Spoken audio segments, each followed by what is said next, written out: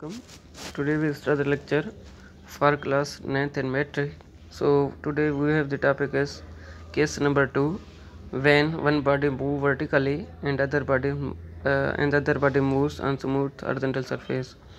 So here we consider the two bodies, means body A and body B, whose masses are m1 and m2 respectively. हमने यहाँ पे दो object को select कर लिया, object A और ऑब्जेक्ट बी है, और ऑब्जेक्ट ए का मास लेट m1 है, जबकि ऑब्जेक्ट बी का जो मास है लेट वो इसका m2 है. So attach to the end of string, हमने किसी स्ट्रिंग के साथ इसको अटैच कर लिया, विच पास ओवर फ्रिक्शनलेस पुली, और किसी फ्रिक्शनलेस पुली से ये पास हो रहे हैं S one figure. The body A move vertically downward. Student हमारे पास ऑब्जेक्ट ए है वो डाउनवर्ड मूव कर रहा है विद एक्सेलरेशन ए, क्योंकि इस पर वेट ज़्यादा लग रहा है.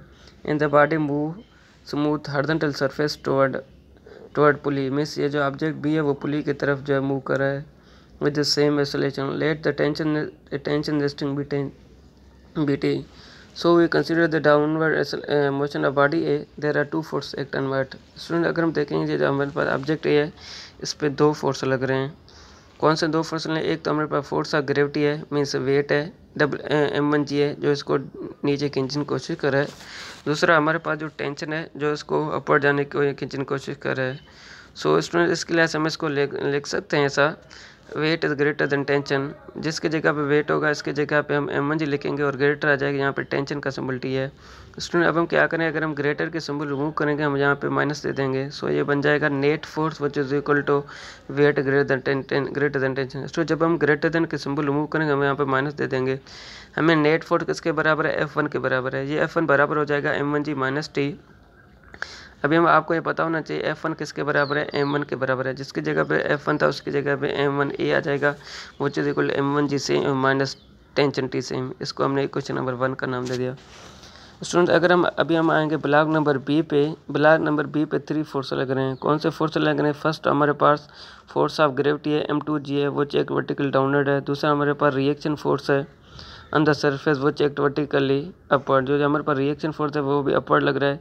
एंड जो हमारे पास दूसरा थर्ड जो हमारे पास फोर्स है वो टेंशन स्ट्रिंग है, जो इसको हॉरिजॉन्टली सरफेस की तरफ इसको खींचने की कोशिश कर रहा है, पुली की तरफ इसको खींचने की कोशिश कर रहा है.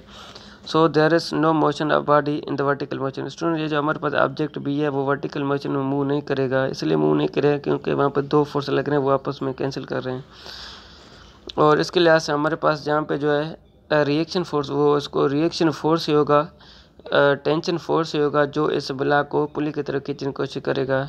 हमारे पास जहाँ पे जो वेट है और जो हमारे पास स्पेशल जो टेंशन है वो आपस में बैलेंस हो जाएंगे, फिर हमारे पास ये बन जाएगा reaction force R which equal m2g. So if we neglect the force of friction, अगर हम फोर्स ऑफ फ्रिक्शन को नेगलेक्ट कर लेंगे, so the horizontal force on the body T which pull toward the pulley. जो हमारे पास horizontal force tension होगा, इस tension force की वजह से ये जो हमारे पास ब्लॉक बी है वो जो पुली की तरफ मूव करना स्टार्ट हो जाएगा.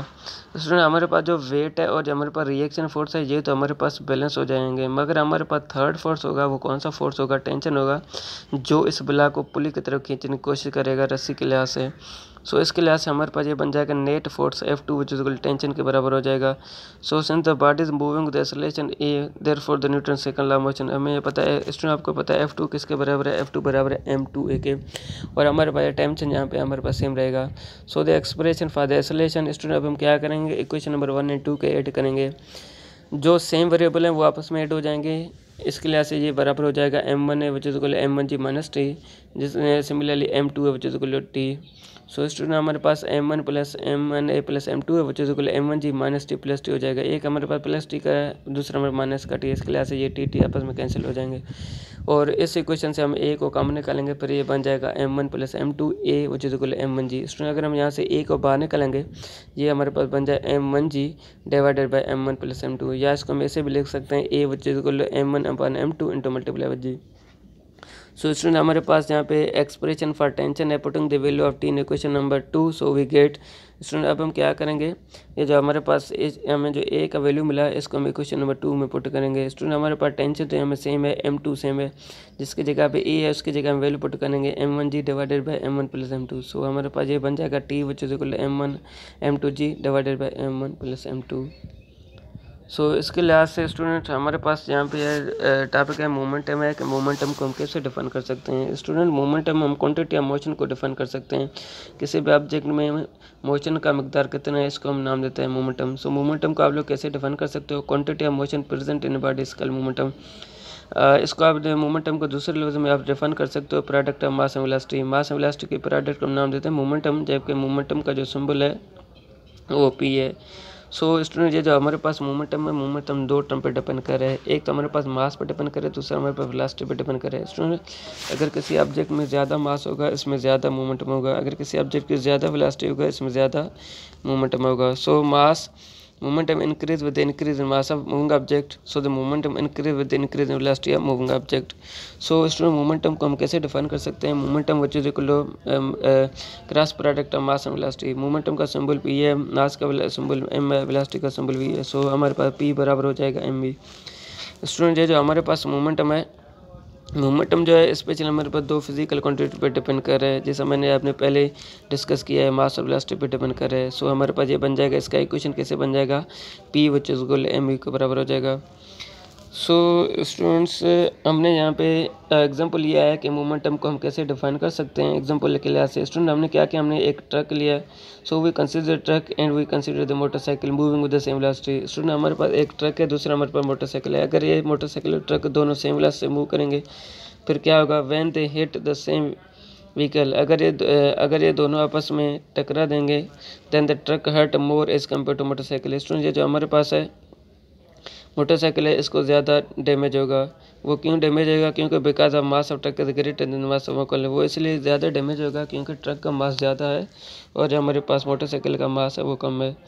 इसके लिहाज से हमारे पास एग्जांपल नंबर 2 है, if we hit the bullet wall by our hand. अगर हम ये करें, अगर हम किसी बुलेट के साथ अगर हम वाल को हिट करने की कोशिश करेंगे फिर क्या होगा, आफ्टर हिटिंग द वाल बुलेट ड्रॉप। अगर हम किसी स्टोन के लिहाज से अगर हम वाल को स्टोन लगाने की कोशिश करेंगे, हिट करने की कोशिश करेंगे, ये क्या होगा, बुलेट जाके वाल के साथ टकराएगा, उसके बाद ये गिर जाएगा, but it will not damage.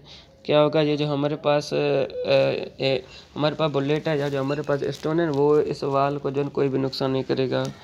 So while if we put the bullet in the gun, ये करें अगर हम इस सेम बुलेट को अगर हम गन में पुट कर लेंगे एंड फायर, उसके बाद अगर हम फायर करेंगे होगा क्या, इट टूवर्ड द वाल, उसके बाद वो वाल की तरफ जाएगा and bullet will damage the plaster. उसके लिहाज से क्या होगा, जो हमारे पास बुलेट है वो जाके इस वाल को डैमेज कर लेगा। सो द प्लास्टर वाल because the velocity bullet by the gun is much greater than the bind. Student ये इसलिए डैमेज किया क्योंकि ये जब हमने बुलेट को गन में फिट किया, जब ये बुलेट फायर हुआ उस वक्त उस बुलेट की जो वेलोसिटी थी वो बहुत ज़्यादा थी। इसकी वजह से वेलोसिटी ज़्यादा होने की वजह से इसने जो वाल को डैमेज किया, क्योंकि जब हमने इसको हाथों से फेंकने की कोशिश किया इसने जो है इस बुलेट ने इस वाल को कोई नुकसान नहीं किया। इसलिए नहीं किया क्योंकि उस वक्त इसकी वेलोसिटी बहुत कम थी। So we can calculate that greater the mass greater will the momentum. इसमें हम कह रहे हैं अगर किसी ऑब्जेक्ट में ज़्यादा मास होगा इसके ज़्यादा मोमेंटम होगा, अगर किसी ऑब्जेक्ट की ज़्यादा वेलोसिटी होगा इसके ज़्यादा मोमेंटम होगा। So the momentum can be defined as momentum which is equal to cross product of mass and velocity.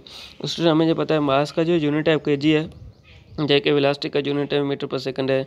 सो हम इसको ऐसे लिख सकते हैं किलोग्राम मीटर पर सेकंड। स्टूडेंट अब हम क्या करेंगे, इस इक्वेशन को सेकंड से मल्टीप्लाई भी करेंगे और डिवाइड करेंगे, फिर हमारे पास ये बन जाएगा momentum P which is kilogram metre upon second square into. Student आपको ये पता होना चाहिए kilogram metre upon second square किसके बराबर, न्यूटन के बराबर है, कैपिटल एन के बराबर है। Means kilogram metre upon second square हमारे पास ये साइड में लिखा पड़ा हुआ किसके बराबर, न्यूटन के बराबर है। जिसकी जगह पे किलोग्राम मीटर पर सेकंड स्क्वायर इसकी जगह पे हमारे पास एन आ जाएगा और हमारे पास ये सेम एन ऐसा हमारे पास सेम रह जाएगा। सो इसके लिहाज से स्टूडेंट्स इसमें हमारे पास जो मोमेंटम है इसके दो यूनिट हैं। एक तो मोमेंटम की यूनिट हमारे पास किलोग्राम मीटर अपन सेकंड भी है, दूसरा अगर हम इसको न्यूटन के फॉर्म में लिखेंगे फिर इसका जो यूनिट हमारे पास आएगा वो momentum which is equal to newton dot second भी इसका यूनिट है। सो स्टूडेंट्स हमारे पास दूसरा जो हमारे पास टॉपिक है law of conservation of momentum है। Law of conservation of momentum student हमें ये कह रहा है कि the momentum of isolated system always remain constant. Student law of conservation of momentum हमें ये कह रहा है कि किसी भी आइसोलेटेड सिस्टम का जो हमारे पास टोटल मोमेंटम होगा बिफोर कूलिंग आफ्टर कूलिंग वो सेम ही रहेगा, वो चेंज नहीं होगा। So we can consider the two bodies of mass m1 and m2। Students हमने यहाँ पे दो ऑब्जेक्ट का मास लिया है, एक ऑब्जेक्ट का मास m1 है, दूसरे ऑब्जेक्ट का मास m2 है, और ये दोनों ऑब्जेक्ट किसी वेलोसिटी से मूव कर रहे हैं। ये जो हमारे पास ऑब्जेक्ट ए है उसका वेलोसिटी u1 है, और जो हमारे पास ऑब्जेक्ट बी है जिसका मास m2 है उसका जो वेलोसिटी u2 है। Respective they can move in straight line. So after red student अभी हम यहाँ पे अज्यूम कर रहे हैं if u1 is greater than u2, ये करें अगर हमारे पास u1 होगा ग्रेटर देन u2 को, then after t then they collide with each other. उसके बाद कुछ टाइम के बाद ये कोलाइड करेंगे and the velocity will become, इसकी वेलोसिटी चेंज हो जाएगा, क्या हो जाएगा v1 एंड v2 हो जाएगा। स्टूडेंट हमारे पास एक बॉल है जिसका मास m1 है, उसका वेलोसिटी u1 है और इसका मोमेंटम होगा m1 u1 होगा। सिमिलरली हमारे पास जो बॉल b है इसका जो मास है m2 है, उसका जो ऐसा समझे जो मोमेंटम है बिफोर कोलिन इसका m2 u2 है, उसका वेलोसिटी है u2 है। स्टूडेंट अभी हमने क्या किया, इन दोनों को हमने कोलिन कर लिया। जब हमारे पास बॉल ए हमारे पास बॉल टू कोलिन हो जाएगा, इसके नतीजे में क्या होगा, आफ्टर कोलिन में क्या होगा, इसका जो मास सेम रहेगा, ऑब्जेक्ट ए और ऑब्जेक्ट बी का मास तो सेम रहेगा मगर इसका वेलोसिटी चेंज हो जाएगा। फिर हम इसको ऐसा लिख सकते हैं m1 u1 which is equal m2 v2 और इसका u2 बन जाएगा। स्टूडेंट आपने देखा होगा at the time of collision the body of mass m apply force F on the other body of mass m2. So while in the reaction the body of mass m2 will be apply force F in the opposite direction. Student ये जो हमारे पास दोनों force हैं, जो दोनों force में magnitude इन दोनों ये जब हमारे पास अगर दोनों जो बाल आपस में कोलाइड करेंगे, इसके नतीजे में क्या होगा, दोनों का मास तो सेम रहेगा मगर ये दोनों जो अपोजिट में ये फोर्स लगा रहे हैं, इसके लिहाज से हमारे पास ये बन जाएगा F A which is equal minus F R. So student हमें जो पता है एफ ए किसके बराबर है, m1 v1 minus m1 u1 upon T which is equal m2 u2 minus m2 u2 upon T. Student हमारे पास यहाँ पे टी तो आपस में कैंसिल हो जाएगा। अभी हम क्या करेंगे, m1 v1 minus m1 u1 which is equal m2 v2 minus m2 u2, इसको हम रीअरेंज कर लेंगे। रीअरेंज अगर हम कर लेंगे हमारे पास क्या होगा, ये हमारे पास बन जाएगा m1 v1 minus m1 u1 which is equal to minus m2 v2 plus m2 u2। Student अब हम क्या करेंगे, ये जो हमारे पास v वाले आपस में रखेंगे और जो हमारे पास u वाले वो आपस में रखेंगे। स्टूडेंट हमने क्या किया, हमने यहाँ पे शिफ्टिंग कर लिया। फिर हमारे पास ये इक्वेशन कैसे बन जाएगा, हमने क्या किया, m1 g1 को अपनी जगह पर रख लिया। हमारे पास जो माइनस m2 u2 था इसको हमने साइन ऑफ इक्वल शिफ्ट कर लिया। पहले यहाँ पे ये माइनस था, जब ये साइन ऑफ इक्वल शिफ्ट होगा वो प्लस में हो जाएगा। स्टूडेंट हमारे पास यहाँ पे जो माइनस m1 u1 था उसको हमने साइन ऑफ इक्वल शिफ्ट कर लिया। ये हमारे पास माइनस m1 u1 यहाँ पे माइनस है, जब ये साइन ऑफ इक्वल शिफ्ट हो जाएगा ये प्लस में हो जाएगा। इसके लिए हमारे पास ये बन जाएगा m1 u1 plus m2 u2। सो हमारे पास लॉ ऑफ कंजर्वेशन मोमेंटम का जो इक्वेशन बना वो कौन सा बना, m1 u1 plus m2 u2 which is equal m1 u1 plus m2 u2। So student thank you, अल्लाह हाफिज़। स्टूडेंट्स आपको आज के लिए जो डायरी है, जो हमारे पास लॉ ऑफ कंजर्वेशन मोमेंटम का जो आगे वाला टॉपिक है फ्रिक्शन एंड स्टाइल, आप लोग को डायरी है कि आप लोग अपना होमवर्क हमारे व्हाट्सएप ग्रुप पे क्लास 9 पे भेज दें। फ्रिक्शन क्या है और इसके एडवांटेज क्या है, इसके डिसएडवांटेज क्या है, फ्रिक्शन के टाइप कितने हैं और इसको हम कैसे डिफाइन कर सकते हैं, इसकी इक्वेशन को हम कैसे डिफाइन कर सकते हैं, इसको हम कम कैसे कर सकते हैं, इसको हम रिड्यूस कैसे कम कर सकते हैं, फ्रिक्शन की एडवांटेज क्या है, फ्रिक्शन की डिसएडवांटेज एडवांटेज क्या है। आप लोग को चाहिए कि आप हमारा जो HW होमवर्क है वो अपने क्लास 9th और मैट्रिक में भेज दें। सो थैंक यू, अल्लाह हाफिज़।